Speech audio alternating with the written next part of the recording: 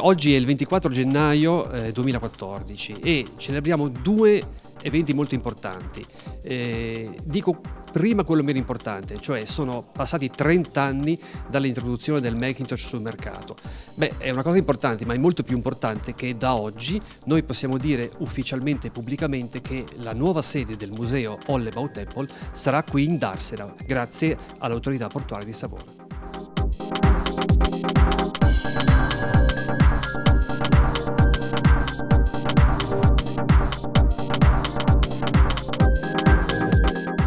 Stiamo cercando di usare per questa conferenza stampa molto atipica, perché sarà più un happening che una conferenza stampa, quello che è il linguaggio e lo stile comunicativo Apple. Il concetto di 3.0 sappiamo è la nuova frontiera dell'internet e di quello che in qualche modo è la realtà aumentata, il web potenziato e tutta una serie di concetti che riguardano una nuova dimensione del mondo tecnologico e di internet. In questa logica, in questa strategia, in questo periodo noi saremo aperti al contatto con nuove realtà commerciali, nazionali e internazionali, che volessero in qualche modo diventare partner di questo museo.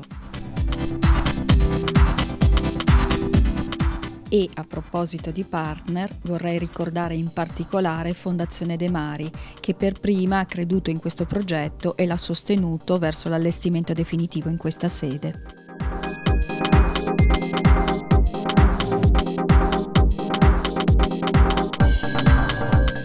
L'idea di poter coniugare in una realtà in grande progresso come la Darsena un elemento di grande interesse per molte persone, perché ricordo quest'anno consuntiveremo circa 1 milione di passeggeri che transiteranno nel nostro terminal, e con l'ampliamento del secondo palacrociere probabilmente abbatteremo questo muro anche noi di 1 milione di persone. Tenete conto che circa 70-80 mila già l'anno scorso hanno visitato la nostra città, quindi credo che un'iniziativa come questa, con questa importanza, con questa bellezza e l'entusiasmo di tutti i componenti dell'associazione collocata in questo posto, sia veramente la cosa giusta al posto giusto.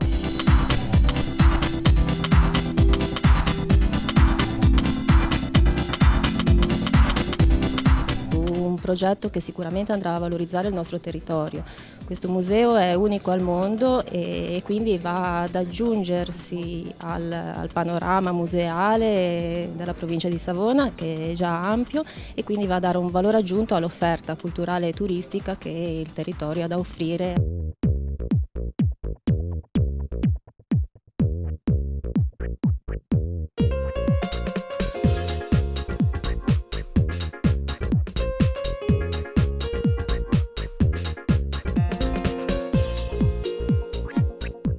Avere il museo Apple presso la nostra vecchia Darsena rappresenta 2 obiettivi fondamentali. Il primo è sicuramente turistico, perché a 2 passi dallo sbarco delle crociere sicuramente sarà un'attrazione ulteriore per i numerosi turisti che ogni giorno visitano la nostra città, e poi per ciò che Apple significa.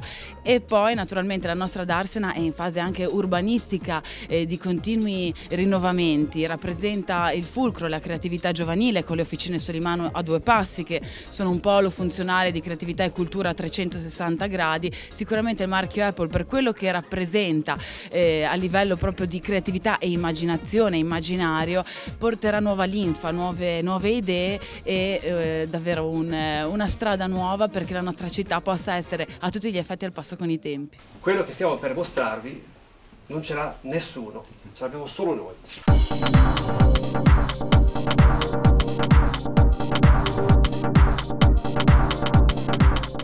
Siete i primi a vederlo, nessuno sa di questo pezzo, siete i primi a saperlo al mondo, che noi abbiamo questo pezzo qua. Noi abbiamo iniziato la raccolta dei pezzi Apple dal 2002, sono passati più di 12 anni, in questo periodo abbiamo raccolto ormai più di 9.000 pezzi e durante questi anni abbiamo avuto anche la fortuna di essere contattati da Apple America, Cupertino, e di essere stati riconosciuti ufficialmente come il loro museo.